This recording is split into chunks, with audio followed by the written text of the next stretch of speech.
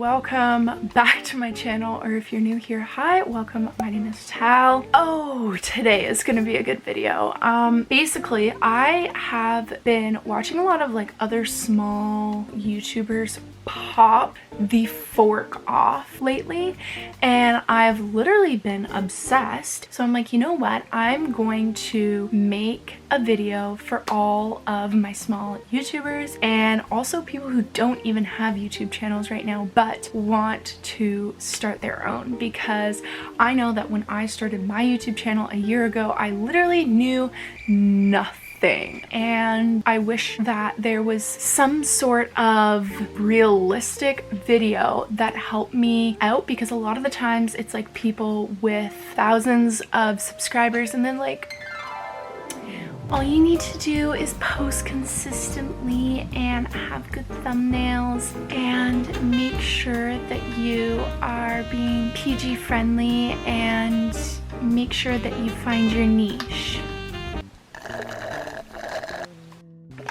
I'm not going to tell you that. I mean, yes, I'm going to tell you post consistently and find your niche, but there's a lot of other things that go into a YouTube channel when you're starting out that you really want to know, and that will help you in the long term. So basically, I thought I would just do an entire video on all of the things that you should know when you start your own YouTube channel. I have notes, but knowing me, I'm just gonna speak from my heart. It's gonna be like a one-to-one conversation. So this is what you're getting this video. Hope you guys enjoyed it. I got this idea from Kyla Michelle, except I thought I would do it like a little bit juicier. I feel like people don't talk about the not tea, but like the back end of YouTube. I feel like it's very surface level stuff. So I'm like, you know what? I'm gonna get deep with it, okay? But yeah, this is what this video is gonna be. I hope you guys enjoy.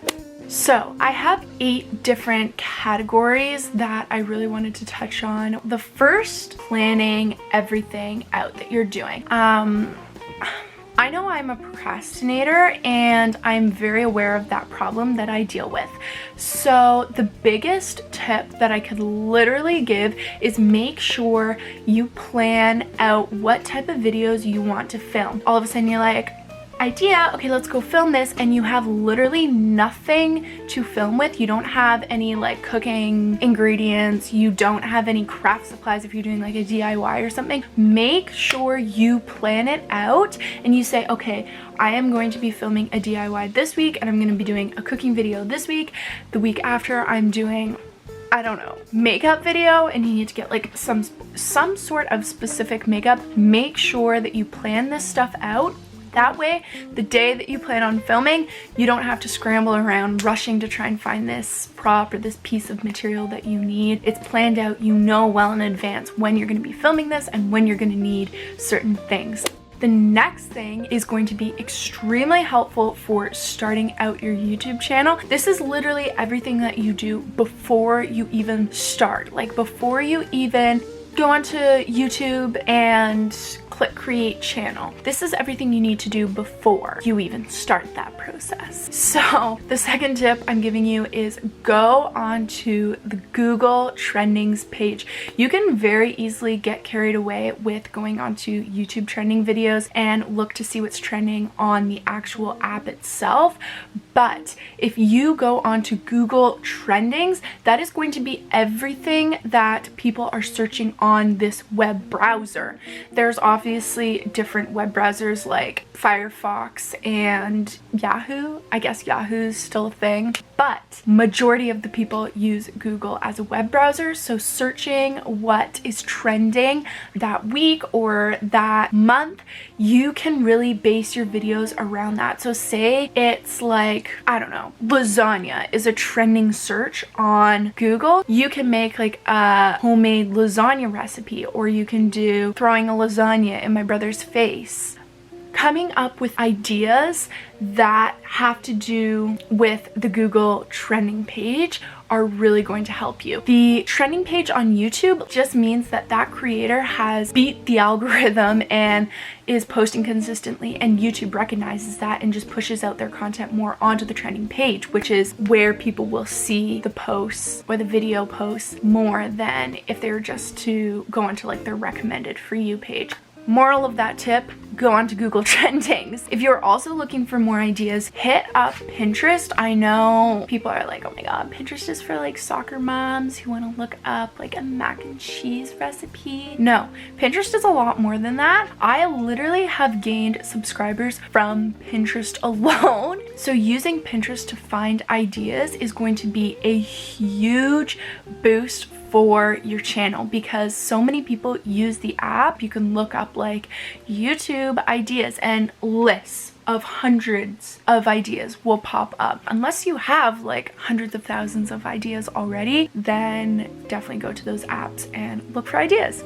Next tip that I have for you guys is something that I feel like doesn't get talked about enough on YouTube, because everyone's like, oh my god, like just have really good videos, really good content. But that being said, you want to make them your own. Instagram and Facebook and Twitter are all highlight reels of everything that you're doing in your life. YouTube, in my mind, is literally raw footage. It is going to be you, your personality, you screwing up. That's what's going to get you far on the platform. That is what people are going to want to watch. So you take all of those Google trending ideas and you somehow take your personality and you mix them together, you mush them, and what you get is your video that's gonna blow up and become viral. So if I see that lasagna is trending on Google Trends, I'm gonna take that, and I know that I make a lot of cook with me's or like DIYs and stuff, so I'm gonna film a cook lasagna with me video. So I'm gonna make it into something that would fit in with my personality. If you don't cook, don't make a lasagna video, like how to cook lasagna video. Do a prank video with lasagna. Have a lasagna, but like put fruit or something on the inside of it and serve it to a friend or a sibling, if that's the type of stuff that you want to create and that's your personality. You want to create your whole channel around stuff that you love. So if you are really into DIYs and cooking, make your entire channel around DIYs and cooking. Don't go off and start doing like how to fix a car videos, because people are subscribing to your channel for your personality and you doing something specific. If you are doing all of those DIY and cooking things, your subscribers are literally coming to your channel for that. Don't stray off and be doing something else that they aren't going to want to watch, because you aren't going to be able to build a subscriber base. You're going to be muddling around with all different types of categories. No one's going to want to subscribe to you, because someone who's looking for cooking videos is going to be getting a car video on their recommended for you page, and they might not want to see a car video. They just want to see a cooking video. Okay, tip number 4, filming quality. Guys, I cannot stress this enough, but it is quality over quantity on YouTube. I know that the algorithm really pushes for posting consistently, but if your videos are absolute garbage and you're posting 6 times a week, no one is gonna watch that, because you're just posting a bunch of random crap on the app. And no one is going to want to watch some grainy video that literally has like fingers in front of it and like bad lighting. And I mean, I'm one to talk about bad lighting. I literally have bad lighting every single one of my videos. But making sure that you guys have quality content. You don't need a camera to kickstart your YouTube channel. Go film with your phone. iPhone quality is actually a lot better than you think. If I started my YouTube channel with my phone, I think I literally would have done so much better than walking around with an old DSLR camera that my mom uses to take pictures of us when we're on vacation. I was walking around with this like 50,000 pound camera trying to vlog with it. I'm shaking my arm because it's so heavy. Those vlogs are not quality. So making sure that you have something that is light, that you're able to easily carry around, but also gives good quality. I use a Canon SX730, which is a really cheap camera if you're looking to like get into the whole creator industry. If you guys are looking for like a really, really great quality camera, go with something expensive, invest your money in it, but I'm here to tell you that you don't need that.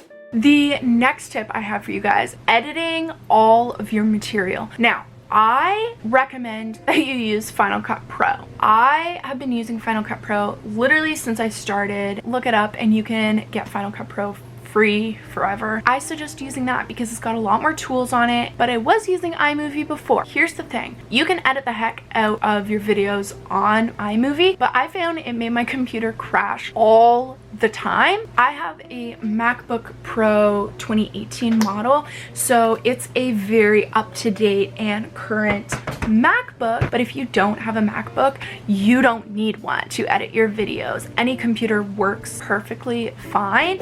The next thing, people do not talk about this. I don't know why, but export onto a hard drive. Export onto a mother-forking hard drive, you guys. I don't know how people do YouTube without a hard drive. I literally have had a hard drive right from the beginning, so I have all of my YouTube videos saved on my hard drive. I literally have everything on this dang thing. This thing will last you forever. So if you're going to invest anything into your YouTube channel, don't buy a camera, don't buy some fancy editing software. You can get that all for free. Buy the motherfucking hard drive you need, because this bad boy will keep you going.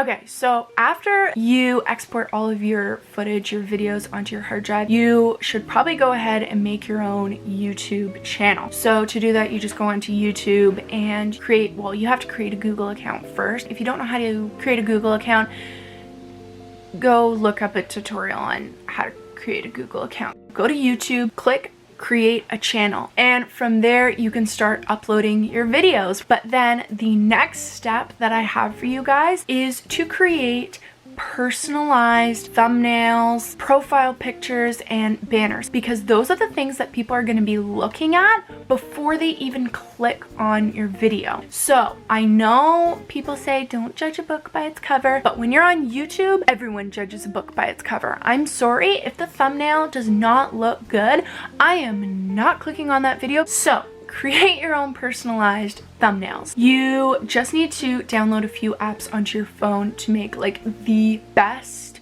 thumbnails ever. I use PicArt and I also use Fonto. PicArt is literally where you can edit all of your pictures and make them into a thumbnail. Always take separate pictures for your thumbnail. Just take a picture with your camera, with your phone. I always use pictures from my phone to make my thumbnails. Take those pictures, put them into PicArt, make like a little collage, export it, and then put it into Fonto and put a title on it. That is something I can't recommend enough. You want to put some sort of words on that thumbnail so that way people know what the video's about without even watching it. They can literally look at the thumbnail and say, oh yes, I want to watch that video. So making sure that you create those quality thumbnails is what's going to get you those clicks on those videos. Although YouTube really likes to push out content that has a lot of watch time on it, people aren't going to be able to watch your videos if they don't click on it. So making sure people click on your videos is a great start.